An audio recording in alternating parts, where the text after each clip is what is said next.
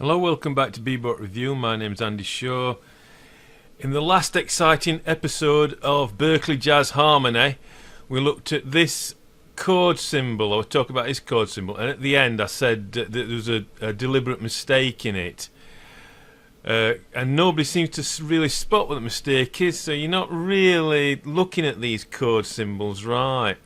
So I'll actually show you what the mistake is. It's really important that you actually understand why certain things can't happen.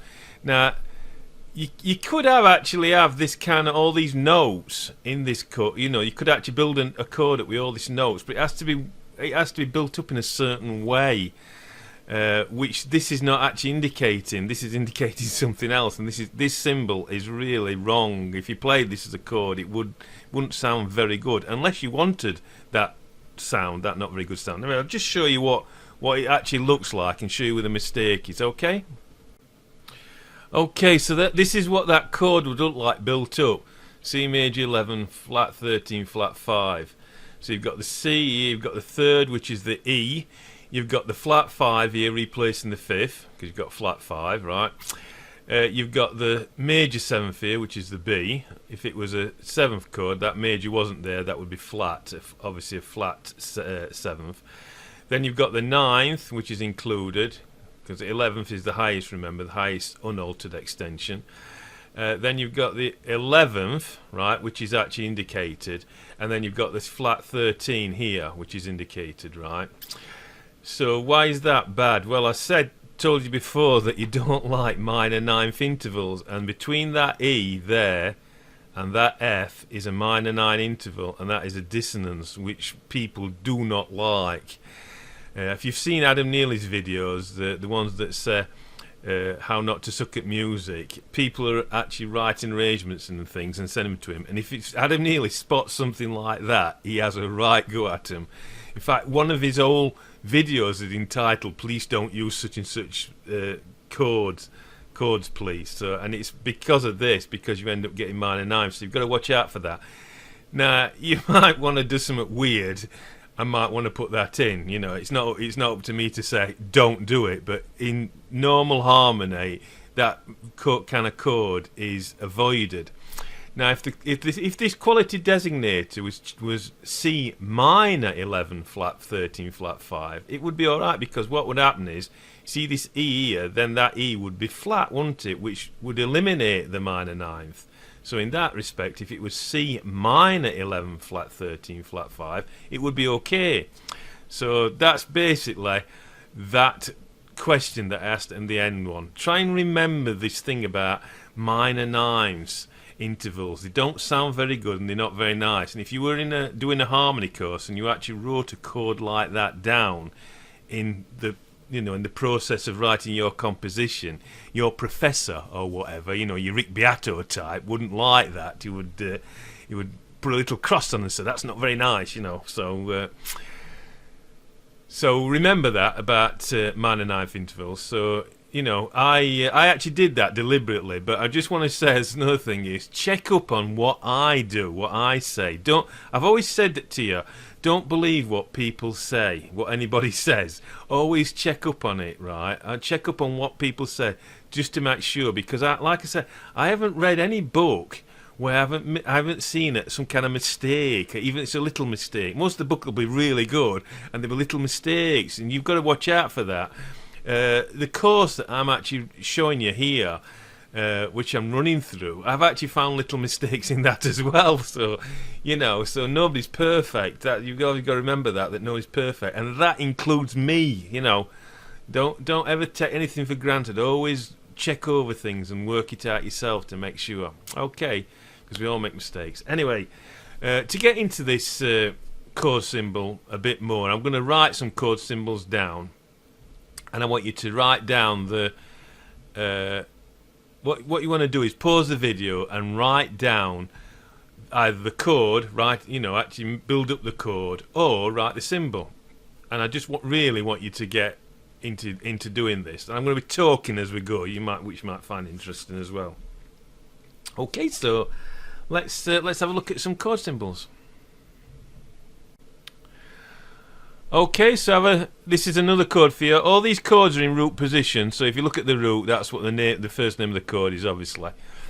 So this is obviously some kind of D, so I'll write that down for you. It's some kind of D. Right, so what do you think it is then? Pause the video and have a write down what it is, what you think it is.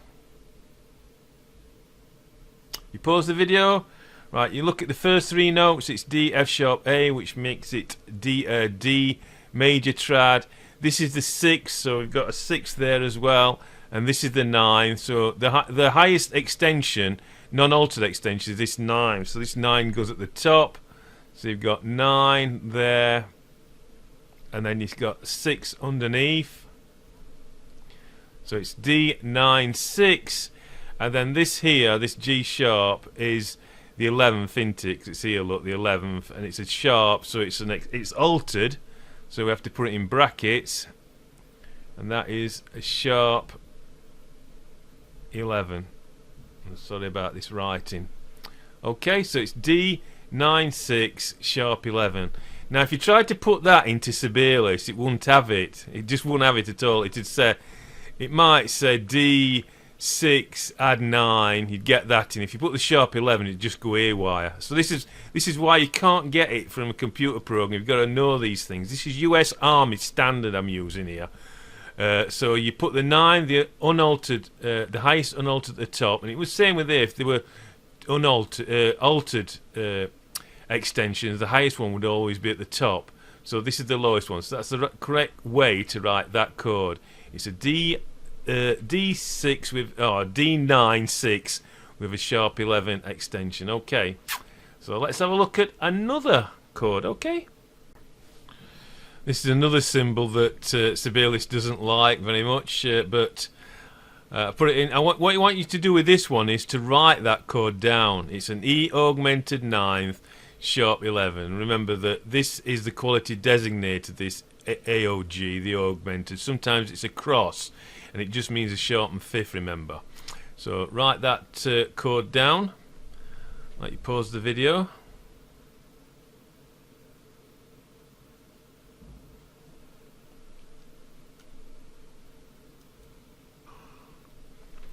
Okay, so that's what that chord would look like built up. I'll just go through it because it might be a bit tricky this for some of you.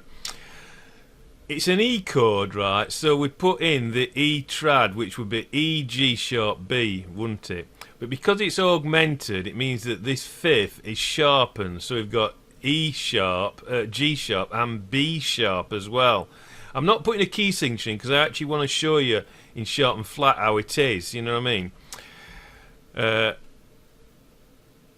And then here we've got this note here, which is the 7th, the flat 7th, right? This is what I want to tell you about. An augmented chord, right? If you get something like this, an augmented chord, it has dominant function. You know, you've got to remember these things about function, of course. It has dominant function.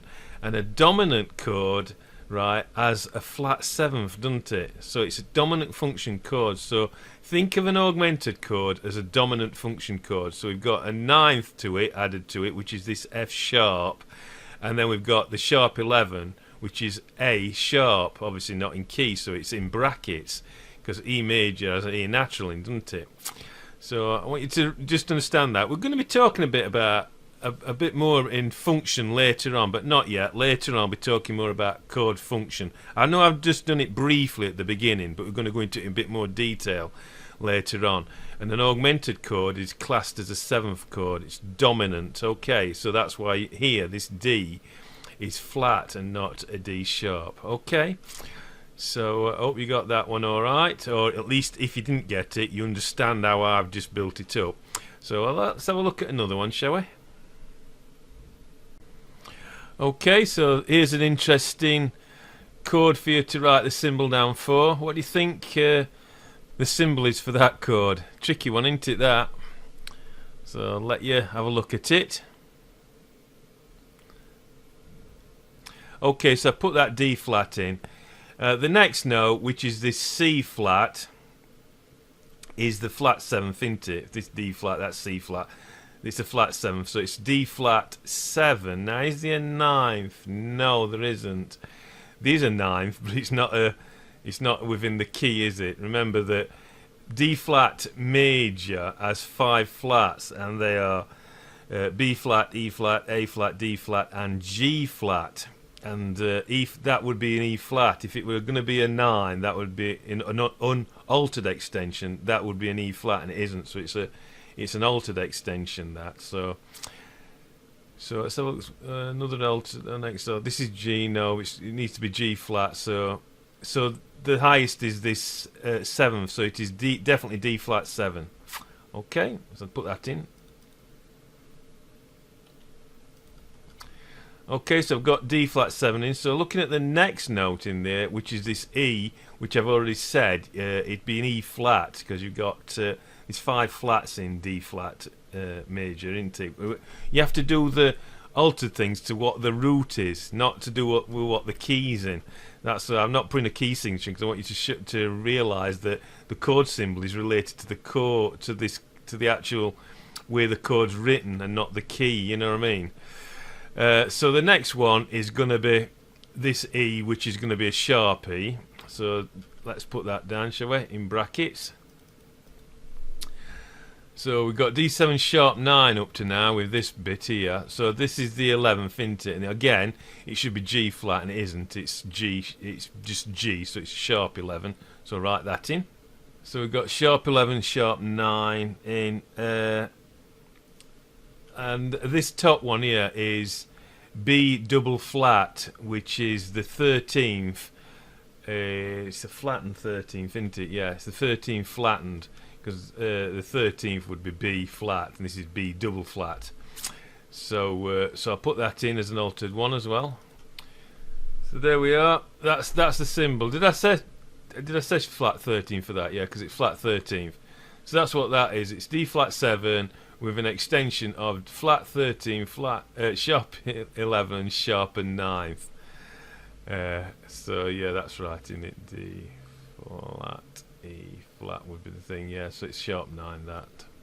Okay, so that's a tricky one. That. So I don't know what to say about that. No, not really. That's how that one goes. Okay. Let's have a look at one more, then I'll finish this video. Give you something to think about, won't it? Okay, so here's another one to look at. See if you can write down the chord symbol for this chord, okay?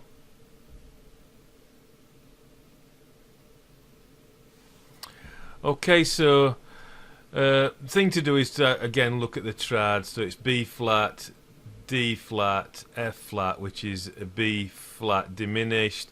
We've got double flat here on the 7th, so it's definitely B flat diminished 7, because you've got minor thirds between each one of these. This is, let me think, what's this? This is C, B flat, C. This is the 9th. C's in key, isn't it? Remember, B flat, the key of B flat as B flat and E flat as the 2 flats in. So this is the 9th, and this is the 11th, isn't it? So I'll write that down. It's obviously B flat diminished 11. So this chord is B flat diminished 11. Here you'll see it written as a circle instead of DIM, whereas I will probably write it as DIM, so that you can see what the quality designator is. But that symbol is pretty much standard. To write it as B flat diminished 11 would be written like that. So you've got the diminished 7th part of the chord here, then you've got this 11th, which is also in key. Remember, this is a C, which is a 9th above that B flat. So it's also obviously in C is the 2nd note of B flat major, so it's unaltered.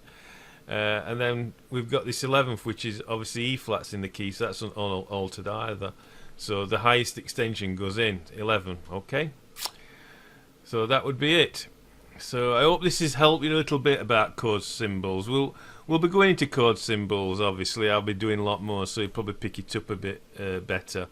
The tricky thing about chord symbols, and you've got to watch out, because some chord symbols that have extensions, it's a bit difficult to figure out what key, what function not what key they're in, but what function they're playing in that key. So that's something you've got to keep in mind all the time as well.